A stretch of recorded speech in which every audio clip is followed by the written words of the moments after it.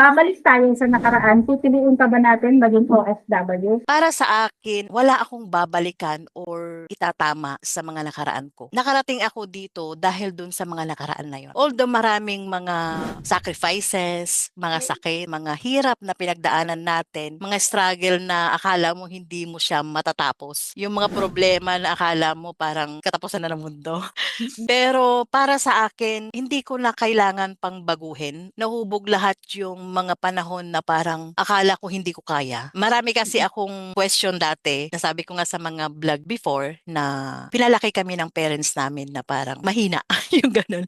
Yung bang yakap-yakap kasi nila kami eh. Parang ganun yung feeling na hindi kami nakaranas ng hirap sa buhay na ibinigay nila yung ano. So hindi ko alam kung paano mabuhay, paano ko buhayin yung sarili ko, paano ko buhayin yung anak ko. Maraming takot kasi parang hindi ko alam kung paano ba ako maging magulang, paano ba ako magiging kagaya ng parents ko.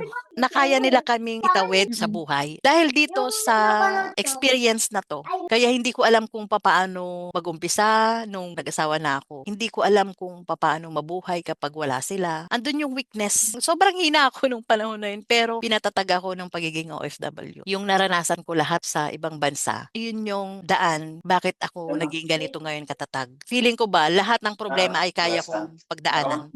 Para sa akin, wala akong babaguhin sa mga nakaraan ko. I will treasure it forever. Kasi parang okay na ako ngayon eh. Alam mo yun, parang kahit marami pa tayong pinagdadaanan, hindi pa naman tayo ganun kaano. Pero masasabi kong matatag na ako dahil dun sa mga pinagdaanan sa buhay. So yun yung para sa akin. Thank you so much. Miss Yang, ang ganda ng mga na-share niya sa atin. Kasi talaga naman sa buhay natin, may mga experience tayo na parang ite-treasure natin. Sa bawat dinaanan natin step ng buhay natin, hindi naiiwasan yung may struggle man, may problema, tayong pinagdadaanan. Pero along the way, na-overcome natin lahat. Naging treasure na para sa atin. Para sa'yo naman, Miss Curie, kung babalik ka sa nakaraan, babalikan mo ba na magtrabaho bilang isang OFW? Kung babalikan ko ang nakaraan, mag-a-apply pa rin ako. Kasi sa punto ng buhay ko noon, yun na lang ang last alas mo para makabangon sa buhay. Kasi minsan darating tayo sa buhay na talaga yung pagdedesisyon kung maging OFW, Parang yun na last buo na. resort. Oo, last resort Oo, mo na yun. Oo. oo, last alas mo na, last resource mo na. Sabi ko sa sarili ko noon at kay Lord, ikaw na uli ang bahala, Lord, sabi ko. Kasi siyempre sa bawat paglipad natin, lalayo ka sa bansa mo. Yun, yung experience yun eh. Hindi mo alam kung anong dadatnan mo sa abroad. Hindi mo alam kung makakatagpo ka ng amo na mabait, salbahe. Kaya yung parang isusugal mo rin eh. Hindi naman yung sugal na yung suntok sa van, pero alam mo yung dedesisyonan mo rin talaga ang pagiging isang OFW. Kaya paninindigan mo kapag pinagdesisyonan mo na eh. Yan lang mga... So talagang kahit bumalik ka sa nakaraan, parang last na chance mo para maging maayos yung buhay. Talagang mag-a-applyan ka.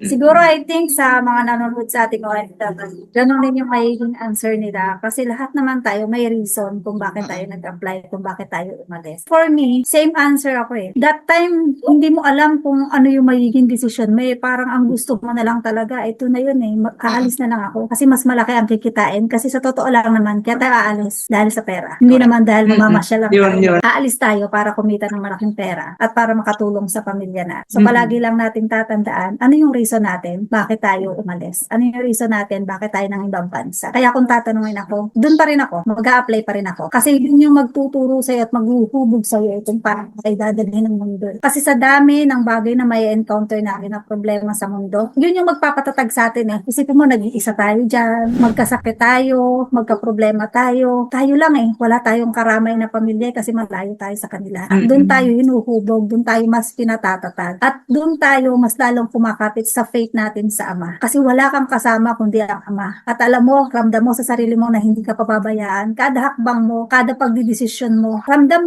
mo na pinapatnubayan at tinutulungan ka ng Ama. Kasi danas na danas ko yan dito lang sa huling bansa na pinuntahan ko sa Israel. So first day off ko, parang palimang araw ko pa lang sa Israel. Sa Israel kasi pag pinag-day off ka, Friday ng afternoon ang balik mo, Saturday night. So sabi ko, saan ako pupunta? Wala akong boarding house. Wala akong kilala. So good thing, pagdating ko dun sa bus station, may nakilala akong Pilipina. Pero bago ako makarating sa bus station, nagpe-pray na ako na tulungan niyo po ako, Ama. I-guide niyo po ako, Ama. Kasi ligaw ka eh. Kararating mo pa lang sa bansa ngayon, so parang lutang ka pa eh, na True. iniwan mo bigla yung pamilya mo, di ba?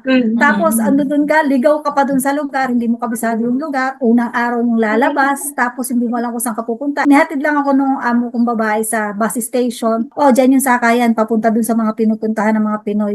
So, sabi ko, saan ako bababa? Hindi ko alam yung mga ganung parte. So, good thing, may Pilipina doon, na nagtanong ako sa kanya. Tapos, may tinawagan lang siya na, di ba kulang pa kayo sa bahay? Sama nyo to. So, pagsakay ko sa bus, may tumawag na agad sa akin. Oh, bumaba ka dun sa pinaka-huling station ng bus na yan. Magkikita tayo doon. So, ramdam na ramdam mo yung guidance ng Ama. At ito pa, kaya alam kong guide na guide ako pagpunta ko doon. Umalis ako sa Pilipinas ng may utang. Kasi sagot ko yung plane ticket ko. Kakikilala ko pa lang ng mga Pilipino dun sa boarding house na yun. Ang tanong nila, Mitch, may utang ka sa Pinas? Oo, yung pinamasahe ko papunta dito. Yun lang naman. Wala naman kami ibang ginastos kasi government to government. Magkano? Nasa 100,000. Sumali ka sa paluwagan, ikaw ang unang tatama. So, hindi pa man dumarating yung month ng tama, andyan na agad yung pera. Alam mo yun, yung ramdam na Galing. ramdam mo yung pag-guide sa'yo ng Ama na dinala ka dun sa mga tao na hindi naman kayo magkakilala. Ibibigay. Pero may mabubuti silang puso na tulungan ka. So marami pa hanggang sa nakarating sa gera, marami pang mga pinagdaanan ako sa Israel. Pero along the way talaga, mararamdaman mo yung guidance ng Ama. Kaya kung tatanungin ako, dahil doon ako nahubog, kung pinatibay ang pagkatao ko, mag-a-apply pa rin ako papuntang abroad. Kasi alam ko, nagagabayan. Ang bawat isa naman, alam ko, gagabayan May sa gabay. atin ng Ama. Hindi tayo pababayaan talaga.